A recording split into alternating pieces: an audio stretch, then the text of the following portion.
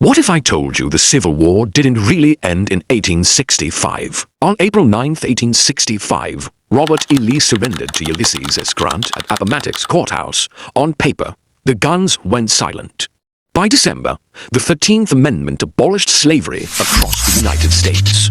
It looked like a clean ending, Union preserved, slavery destroyed. But freedom is more than a legal sentence on parchment. In the months that followed, formerly enslaved families searched for sold-away relatives, legalized marriages that slavery had ignored, and built churches and schools from nothing. The Freedmen's Bureau tried to stabilize this fragile new freedom, negotiating labor contracts, establishing courts, and protecting black citizens from violence. Yet at the same time, former Confederates were regaining political power, and Southern states were drafting black codes designed to control black labor and movement. The war over slavery had ended. The war over power had not. Groups like the Ku Klux Klan emerged almost immediately, using terror to reverse what Union victory had promised. Federal troops enforced Reconstruction for a time, but commitment in the North weakened.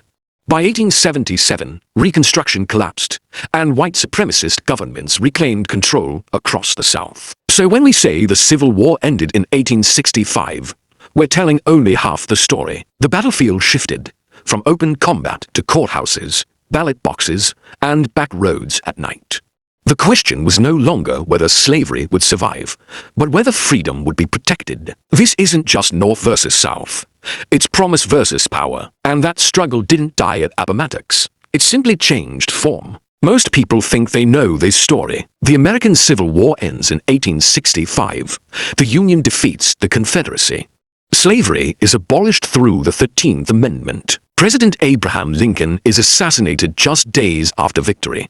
The nation mourns, then declares itself reunited. On the surface, it looks decisive, for years of bloodshed. Over 600,000 dead. A preserved Union. Chains are legally broken. But history is not just about outcomes.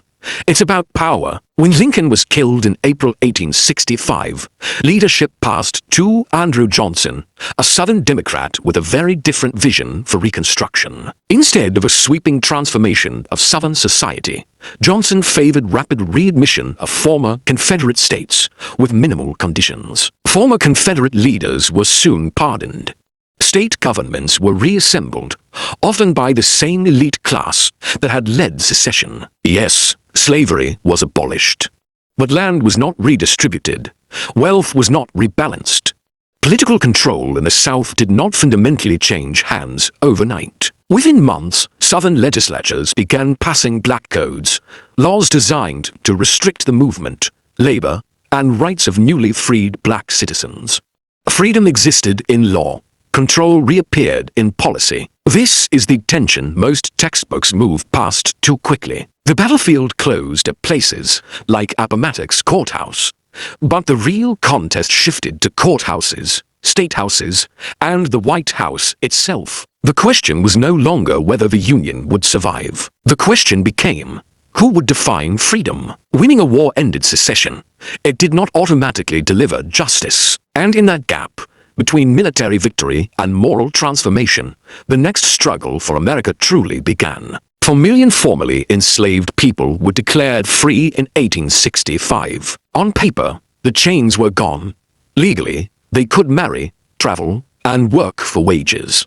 But freedom is more than a law. It is protection, land, and opportunity. Without these, liberty is fragile. General William Tecumseh Sherman issued Special Field Orders No.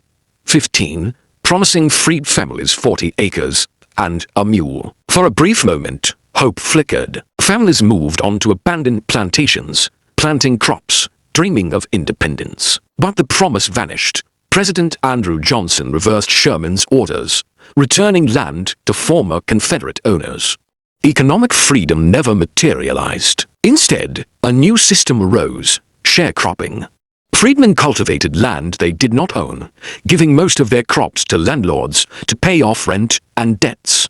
The cycle of poverty was nearly unbreakable. Freedom existed legally, but economic power remained elusive. Meanwhile, Southern legislatures implemented black codes, laws designed to control black labor, restrict movement, and limit political rights. Freedmen could technically work for wages, but their options were tightly constrained. White Southern elites, many of whom had led the Confederacy, quietly regained local and state control, ensuring that political and economic hierarchies remained largely unchanged. This is the hidden fracture in Reconstruction: liberty on paper versus power in reality. Millions were free from bondage, but most could not fully exercise that freedom. The battlefield may have ended, the Union may have been preserved, and slavery abolished, but the structures of inequality endured. Understanding this tension is crucial. It reframes the post-Civil War era not as a triumphant conclusion, but as the beginning of a prolonged struggle. Freedom existed legally, yes, but justice, security, and true independence were still up for grabs. This fracture between promise and reality would shape generations to come, leaving a legacy of struggle, resilience, and unfinished business. While America tore itself apart in the Civil War, another battle was quietly raging inside the lands of the Native Nations. The 5 tribes, the Cherokee Nation, Choctaw Nation, Chickasaw Nation, Muskogee Nation, and Seminole Nation, were not mere bystanders. Some aligned with the Confederacy, not out of support for slavery, but out of fear that federal authority would strip them of sovereignty. For these nations, survival meant choosing sides in a war not entirely their own. When the Confederacy fell, the federal government turned its attention to the 5 tribes. The treaties of 1866 were clear and uncompromising. Slavery within tribal lands had to be abolished, and the tribes were required to grant citizenship to the freedmen, those formerly enslaved by tribal members. For the freedmen, these treaties were a lifeline. Citizenship meant access to land, legal protection, and recognition of rights. It was the difference between existence under threat and a chance at survival in a world that had enslaved them for generations. For the tribes, these treaties represented forced change. Tribal governments were compelled to redefine identity and governance, integrating people they had once held as property. Cultural and political structures were disrupted. Some tribal leaders resisted, some complied reluctantly, and some saw opportunity in the reshaping of their nations. This is the hidden Civil War, one fought not with cannons or rifles, but with treaties, legal definitions, and identity itself.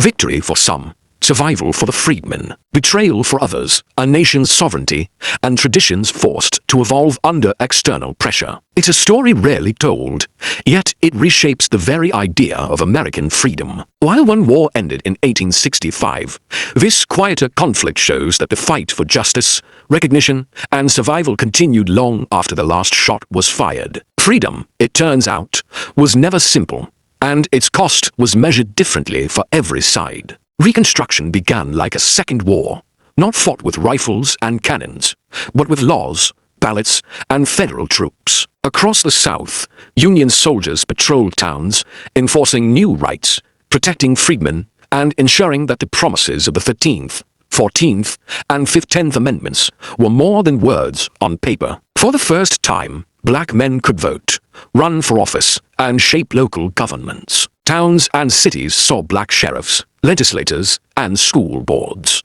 Freedmen built schools, churches, and communities, striving to turn legal freedom into real opportunity. It was a glimpse of a radically different South, a society trying to rise from the ashes of slavery into something more just. But change rarely comes without resistance. Paramilitary groups, most famously the Ku Klux Klan, used terror to suppress black voters. Lynching, threats, and intimidation became tools to reclaim control. Violence was met with political negotiation, not justice. Deals between northern politicians and southern elites gradually weakened federal enforcement. By 1877, the fragile promise of Reconstruction collapsed. Federal troops withdrew as part of the Compromise of 1877, leaving black citizens exposed to the resurgent power of white Southern governments. The North moved on, focused on industrial growth and reconciliation with former Confederates.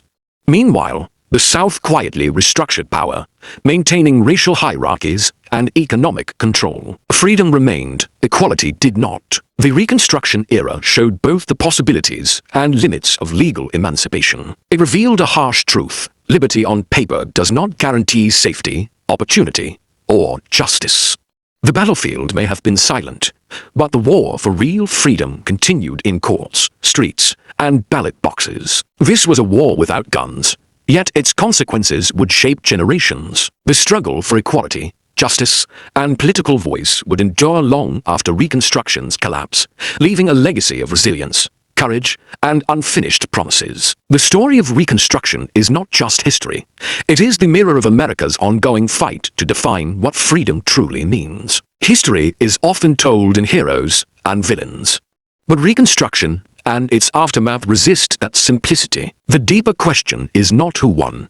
It is what was truly secured. After 1865, the federal government passed transformative amendments.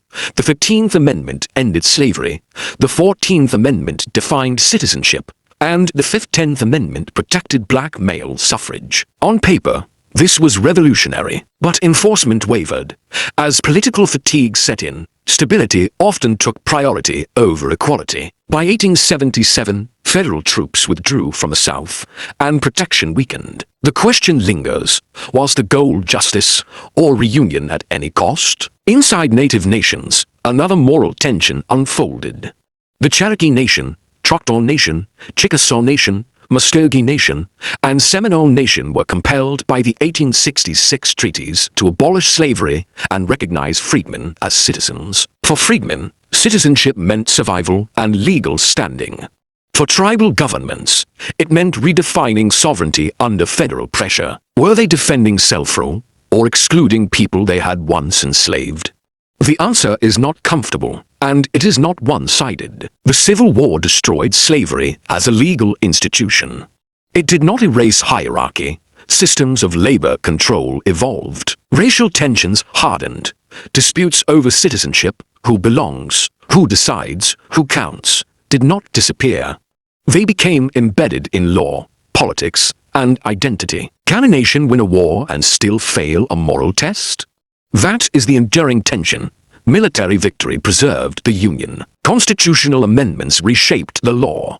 Yet equality required more than amendments. It required sustained will. What followed was not peace, but a quieter conflict over belonging. And that conflict, rooted in Reconstruction, still echoes in debates about citizenship, sovereignty, and justice today. If freedom was declared in 1865, why are citizenship battles still unfolding today? The 13th Amendment ended slavery. The 14th Amendment defined national citizenship. On paper, the question seemed settled.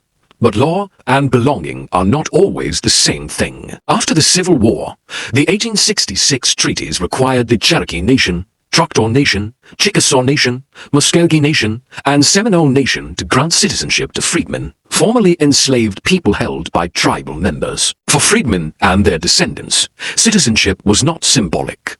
It meant land rights, political voice, access to services, and recognition of identity. But over generations, disputes emerged. Some tribal governments reinterpreted membership rules, often tying citizenship to blood quantum or specific ancestry roles. Descendants of freedmen argued that treaty rights guaranteed their status regardless of racial classification. Legal battles followed, not over slavery, but over belonging. This is the hidden Civil War, not North versus South, not Union versus Confederacy, but memory versus documentation. Sovereignty versus federal oversight.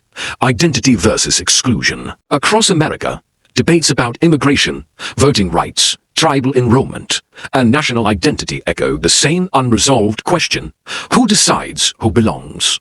Is citizenship a legal contract, a cultural lineage, or both? The Civil War ended human bondage as law. It did not end disputes over membership in the American story. Those arguments moved from battlefields to courtrooms, from muskets to legal briefs. No cannons fire today over these questions. Yet they shape power, resources, and recognition. Freedom was declared in 1865. Belonging is still being negotiated. And that negotiation, quiet, legal, deeply human, may be the longest war of all.